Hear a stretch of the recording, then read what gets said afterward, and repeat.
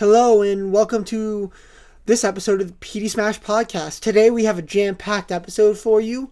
First, we're going to be talking about DeAndre Hopkins' epic catch. Next, we're going to be talking about some trades that have happened around the NBA. And finally, we're going to be discussing the top 10 NBA players of all time. But first, I'd like to introduce my guest for today's show, Donovan O'Leary. Welcome, Donovan. Hello. How's it going today? Very nice. I'm just sat in this room looking at you about to do this podcast. Okay, thank you for that response, I guess. So anyway, we're going to jump into this first topic, which is DeAndre Hopkins' epic catch. So for those of you who don't know, there's about, I'd say 30 seconds in the fourth quarter, and the Bills just scored a touchdown, and Stephon Diggs, one of the best wide receivers in the league, had just caught the touchdown and mouthed, like you could read his mouth. He said, "This is why you pay me."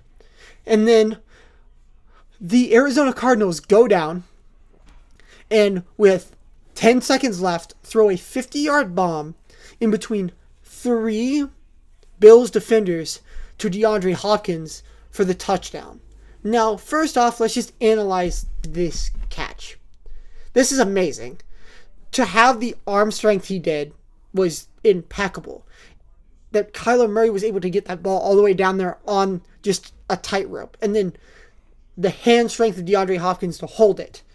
That was impeccable. And it wasn't like the Bills messed up on their coverage. It was just a really impeccable catch. But something I want to talk about is the aftermath of it. When you see Larry Fitzgerald come charging in and like rooting for DeAndre Hopkins. And that's got to be a great moment for DeAndre Hopkins. That is arguably the second best wide receiver of all time. And he's just coming to congratulate you on a game-winning catch. That's got to be a game-changing moment. A life-changing moment for you. Especially since Fitzgerald is such a liked guy throughout the NFL and is just an awesome person in general. So, Donovan, what did you think of this catch? So, I watched it and I heard one of the announcers say that DeAndre Hopkins has something like 3x gloves. And I was just like, that's crazy. So you have one of the best quarterbacks in the league, right? Throws it 50 yards down the field to one of the best wide receivers in the league who Houston traded for no reason. And he has 3x hands and just grips the ball. And it's probably one of the best plays I've ever seen. What an amazing play, making Houston's administration look like a bunch of losers. Now, Donovan, who's a better wide receiver, Michael Thomas or DeAndre Hopkins? Michael Thomas, just because he fits into Drew Brees' play style perfectly.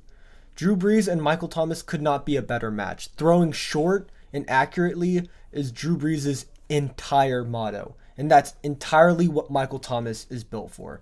Now, in the future, when Kyler Murray's more experienced and we see the play style that he turns into, maybe he and D-Hop could become something different, something better.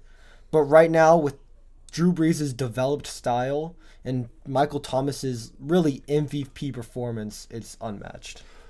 Well, say it's in a vacuum. There's no quarterback play involved. It's just who's the better wide receiver, just in a vacuum. DeAndre Hopkins or Michael Thomas. Just say you put Aaron Rodgers out there.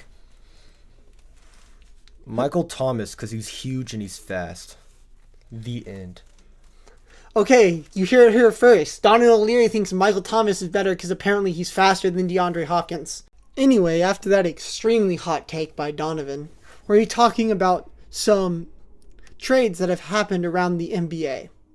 So first off, I want to talk about the Robert Covington trade to the Blazers. Now, I think this is really good for the Blazers because they needed that defender that could lock down or at least slow down opposing players and opposing teams. He's not only a good perimeter defender, but he's also a really good interior defender, as we saw last year. And I think that's going to help them with their mobility inside what lineups they can run and also in what they can do for the future in retaining Dame and CJ. Now, on the Rockets side, this truly does mean the end of the small ball era, We'll see if James Harden gets traded or Russell Westbrook gets traded or both of them get traded. But regardless, there's going to be a center on that roster who plays the majority of the minutes next year, and his name's not going to be PJ Tucker. So next up, I want to talk about the Chris Paul trade. Now, that trade is really good for the Suns because, yes, it doesn't make them a title contender, but it makes them a playoff contender and most likely a playoff team.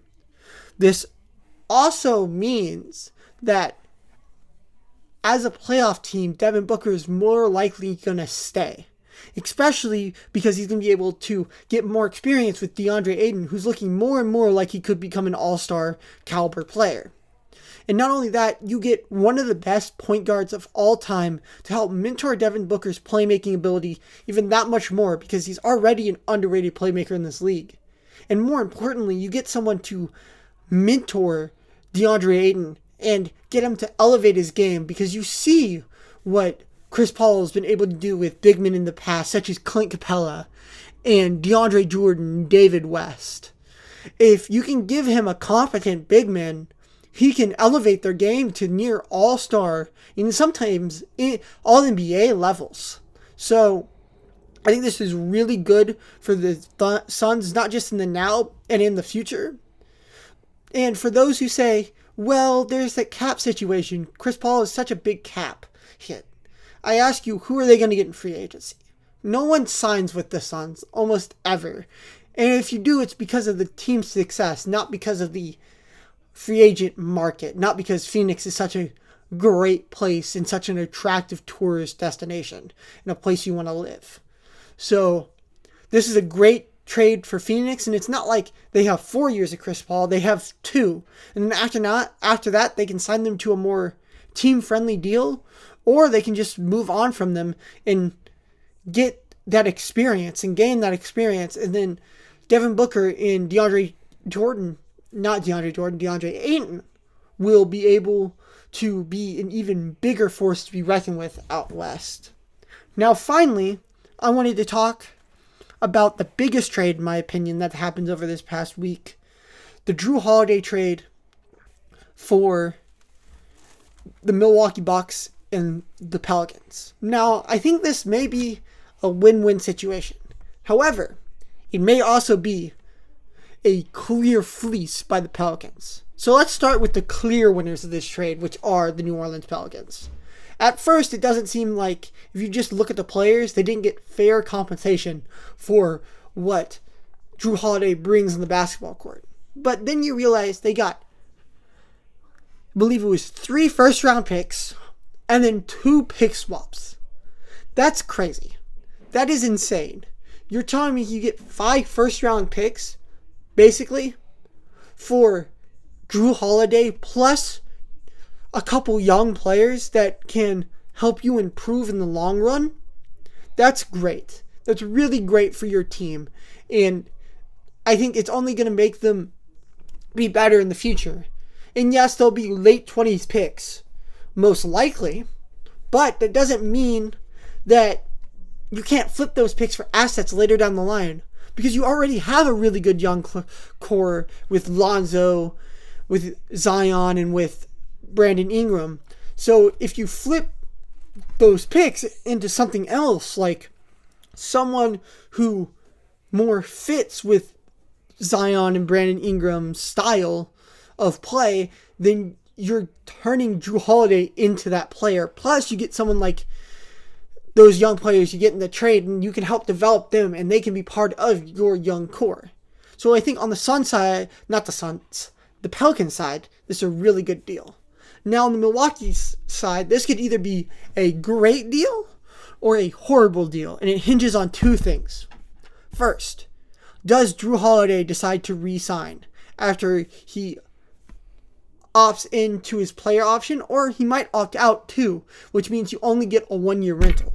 So if you only get a 1-year rental of Jrue Holiday, was it really worth it to give up 3 first-round picks plus 2 pick swaps plus a couple young players? Probably not. But even then, it might be worth it if you can keep Giannis. However, if you're still not able to get it out of the Eastern Conference, you might not be able to keep Giannis. And that's a do or die moment for you because you're not able to keep Giannis. You're not going to be able to keep Drew Holiday. And if you're not able to keep both of them, you're starting from square one with not that many picks and not very much to go off of. So that, in my opinion, is crazy. So if Milwaukee Bucks do lose both of those players, then you mortgage your future away for nothing. But if they can retain both those players, then the trade was definitely worth it and it's a win-win. But only time will tell if either side won or if either side lost. Now to move on to the main segment of this podcast, the top 10 NBA players of all time. Now, Donovan and I have two separate views on what this list should be, but we're going to be talking about my list today, and Donovan's going to talk about how he would do his differently as time goes on. So, first off, at number 10, I have Tim Duncan. I think Tim Duncan is one of the best to ever do it. I think he has one of, if not the most perfect career to ever really exist in the basketball history. He did everything he was supposed to do and accomplished everything he was supposed to accomplish. He was a team player. He sacrificed for his team so they were able to win, and his longevity was insane. And he should have a quadruple double to his resume. That's a whole nother argument.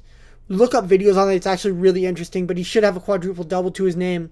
So there's a lot of stuff that Tim Duncan was able to do during his entire career that makes him worthy of the number 10 spot on my list. Donovan, do you agree with that? Yeah, I really like Tim Duncan as a player. He's a team player, and that's more than half of basketball. He didn't have all the flashiness of individual players, besides, of course, being on cereal boxes, but he was still an overall great player and what makes basketball so great as a sport. So at number 9, I have Wilt Chamberlain. He was a demigod on the court. Not only was he the tallest player, he was also the fastest and the strongest. This is the man who averaged 50 points for an entire season and 100 points scored in a single game, a record that still holds up today. He could do everything on the basketball court and was able to do anything he wanted. He could impose his will on every single part of the basketball court, whether it be defensive end, the offensive end, the glass, transition. He could do everything. And if we were going off sheer statistics, he would be number 1 or number 2. But he was never a winner. He won just a few championships in his career. And it was later in his career, once he realized winning was more important than statistics. But especially during the early and mid part of his career, he never really understood what it meant to be a team player. And that in combination with his era, where his combination wasn't as great, and the pace was at a historic high, I can't put him any higher than 9. Now, Donovan, do you agree with mine? Disrespect. Did you hear this guy? He got 100 points in a game. Oh, it's his era. You know who hasn't gotten 100 points in a game? LeBron James, Michael Jordan, Larry Bird, Tim Duncan. Putting him at 9, he expects top 4 from you, bro. There's not even a doubt. It doesn't matter how many he wants. His star power, his absolute presence on the court, his ability to be a switchblade and absolutely versatile. Oh, it was the decade. Doesn't matter. One of the best players to ever live. And you put him at 9? Who do you have next? Who's 8? 8 is Kobe. Patrick? Yes. You put Wilt Chamberlain at 9? Yes. And Kobe at 8? Yes. Who did Wilt Chamberlain have on his team, Patrick, to help him, huh? Jerry West. Yeah, and he still won championships. A top 15 player of all time, probably. You know who he didn't have? The Big Baby. Nah, he didn't have stars on his team. He had himself, and he did it all himself. And you put him at 9. Do you understand Jerry West is the logo of the NBA? No, I did not understand that. No, I did not understand that statement. Yeah, Jerry but a West- check is Nike's logo, and checks. I don't know where this argument's going, bruh. Yes, and that's when he won most of his championships was with Jerry West. Stop and being the a Lakers. bum, bro. Number 9, that's disrespect. And he had waves in the 60s. Have you seen his hair? He had waves in the 60s. He's an icon, a cultural icon, and an icon on the court. You cannot prove to me that he doesn't deserve to have a higher spot. So, where would you have him? You said I should have him top 4. So, where in your top 4 would you have him? All right, so my top 4 in no particular order would be Michael Jordan, LeBron James, Kareem Abdul-Jabbar, and then number 4 would be Wilt Chamberlain. And I'll tell you why he's better than any other player in the league. It's because of what he did, how he revolutionized basketball. And we see the issue here is that we weren't alive during that time, and that's the same issue we see during the Jordan-LeBron debate. We weren't alive when Jordan was at his prime, so we can't really judge that. And it's the same with Wilt. Wilt cultivated the league. He made the league what it is today. And because he was such an icon, he did all the things he did in his career. He made basketball what it is today. Looking at it objectively, one of the top 4 of all time. So, would you have him or Bill Russell higher on your list? I would have him higher just because of the sheer statistics that he put up compared to Bill. Bill Russell was awesome, but sheer statistics, points scored, rebounds, like not championships won, not MVPs, sheer statistics, sheer points puts Wilt at the top. Okay, that's a fair argument. If you value statistics over championships, then I guess you can value championships over statistics. But again, the main goal of winning, of playing an NBA season, is to win the championship. So you're saying that there's an argument that he's top 4 instead of top 9. There's an argument that he's top 4. There's also an argument that he's not in the top 10. So. All right. So, anyway, next coming in at number 8 for me is Kobe Bryant. Now, he was what most people would dub the next Jordan, but in my opinion, he was more than that. He had his own flair to him, his own style, his own sense of competitiveness that we haven't seen before him or since him. And I think that he had his own knack for scoring that rivaled Michael Jordan's or even was better, as he has recorded the second most points in NBA history at 81. So I want to ask Donovan, you think that's too high on the list for Kobe? Too low? No, that's respectable. He had a great career. His longevity wasn't excellent, but he had the star power and he influenced the world culturally, which for me is a big part of being a basketball player. And he did that, and he did it well. And he was a part of some monster teams, and he was a great teammate, and he created dynasties that'll probably be remembered for 50, 100 years. So it's respectable to put him in your top 10. But there are also players that were just straight up better than him. There are players that didn't have the tools that he was working with. And for that reason, I think that you're correct in putting him in this position. Okay, so thank you for your opinion. Now, moving on to number 7. This one's going to get down and heated. We have Bill Russell. Now, Bill Russell didn't put up the greatest statistics. No, he didn't. But we have to keep two things in mind here. One, he won more championships than fingers, which is an impressive feat to say the least. And 2, they didn't record steals or blocks until the 73-74 season, after he retired. And Bill Russell is known as one of, if not the greatest defensive player of all time. So, if you put those two things together, I think it garners him a spot in the top 7 at number 7, because it's not like he was no slouch on the offensive end. He was still great on the offensive end, and he sacrificed for team success. So, Donovan, what's your point?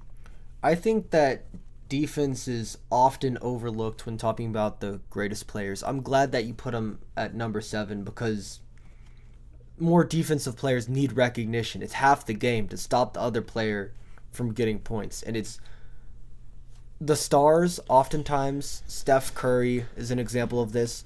They get a lot of points and they're really popular. But their defense,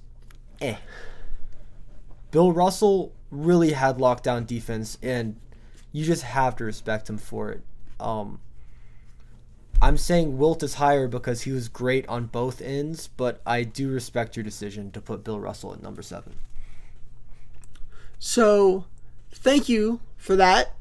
Now for number 6, we're going to be talking about the Big Diesel, Shaquille O'Neal. The most dominant player in NBA history. There was no answer for him. He could bully you in the post. He could finesse you to death. He could grab rebounds, swat balls out of the gym. He could break backboards. He could do anything you wanted from a big man in the late 90s, early 2000s. And he was such a dominant force, clocking in a near 20-year career with 5 championships, a ton of All-Star appearances, in All-NBA appearances, and the last center, if you count Tim Duncan as power forward, to win the MVP. So, Don, what's your take? So, he's really a great example of an excellent defensive and offensive player. He was able to lock down on both sides of the court, which was excellent. And really, he started playing during the NBA's revolution, I guess you call it, which is the stage after Michael Jordan and during Michael Jordan, actually, where a lot of players started coming in and the league started getting a lot better. And even then, he managed to hold it down and with Kobe Bryant, make one of the longest lasting dynasties. It was, watching him is truly fantastic, and I wish I would have been able to watch him more. So now we're going to move on to number 5, which is Magic Johnson. Now, for me, this seems like a spicy pick because I think you can know who's at number 4 if you can really think about it. But yes, he has a lot of individual accomplishments and a lot of team accomplishments, but there's just not that flair that I get when I talk, that I would want from a top floor player. He has the swagger, he has the personality, there's just not that competitive edge that you see with other players like LeBron, like Michael, like Kareem, where that trash talk that you would like to see in a top 4 player. And at this point, it's a lot about not so much MVPs and statistics, but more just the intangibles. The stuff that you just have to see with your own eyes, that can't be reflected on a stat sheet. And that's why I have to put Magic in number 5. Donovan, what do you think about that?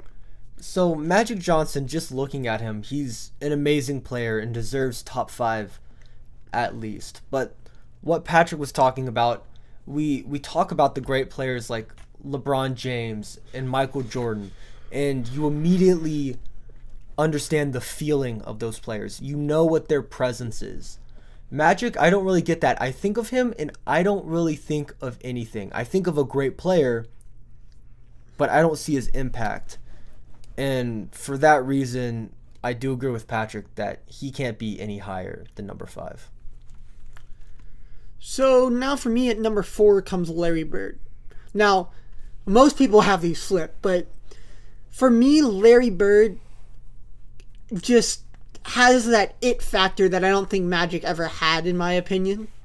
When I think of Larry Bird, I think of all the legendary trash talk stories, how he would break his body to help his team succeed. There is a time where he literally broke his cheekbone, his entire cheekbone, from diving on a loose ball, with a bad back, I might add, and coming in the second half and end up dropping 30. That's insane. Like, stories like that. Stories like the fact that he called almost every shot in a regular season game versus Atlanta. A shot where he called that he was going to shoot from beyond the arc, drain it, and then fall into the coach's lap, and then pull it off on the next play. That's insane. Like, those type of moments are why I have Larry Bird above Magic. It's those it factor moments, those historic trash talk moments, those moments that propel him to a legend is why I have him at number 4 instead of number 3. There's a reason Larry Bird is dubbed Larry Legend. So you hear the name Larry Bird and you immediately think of the short shorts, the lengthy guy, the blonde hair, the insane gameplay.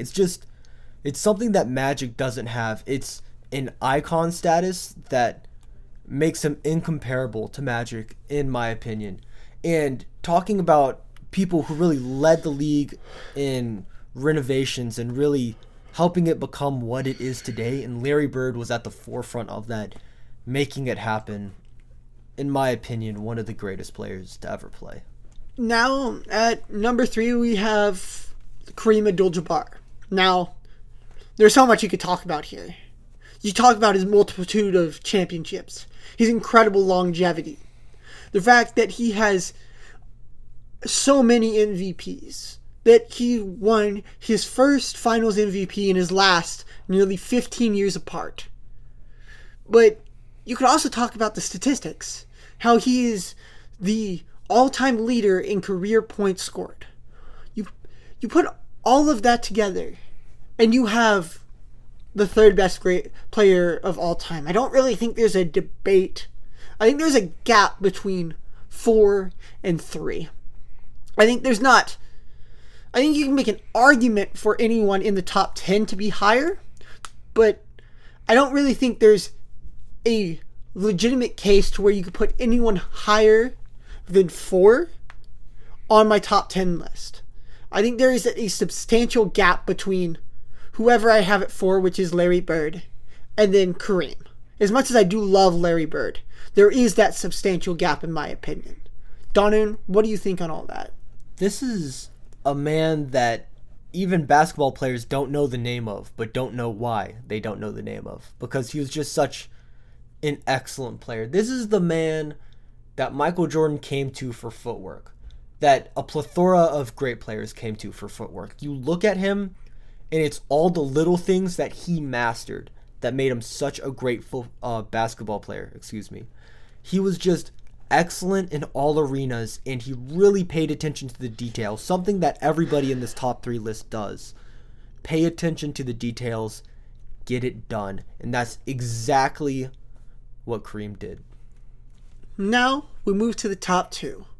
At number 2, I have LeBron James. I like something Colin Cowherd said. No. Colin Cowherd... Boo. Colin Cowherd was talking about LeBron's legacy and talking about what type of player LeBron was. And he was talking about how he's not really Magic.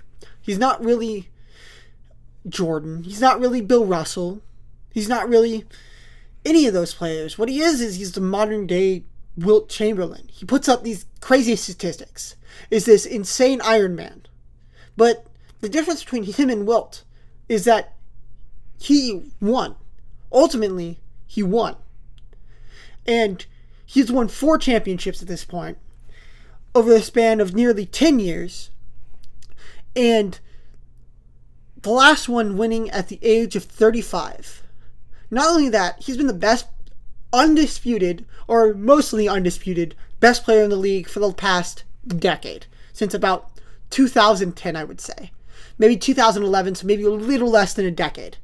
But that's insane. No one else other than Kareem can say they've been the undisputed player for that long period of time. Because in the 80s, it was Bird and Magic. In the 90s, Jordan retired for 2 years, so it was Hakeem. And then he retired again in 98, so it was Shaq after that. Shaq got his mantle taken over by Kobe in about 2005, and then Kobe got his mantle taken by LeBron in about 2011. So it's that longevity that you have to talk about when you talk about LeBron in the winning and the fact that he puts up so many statistics.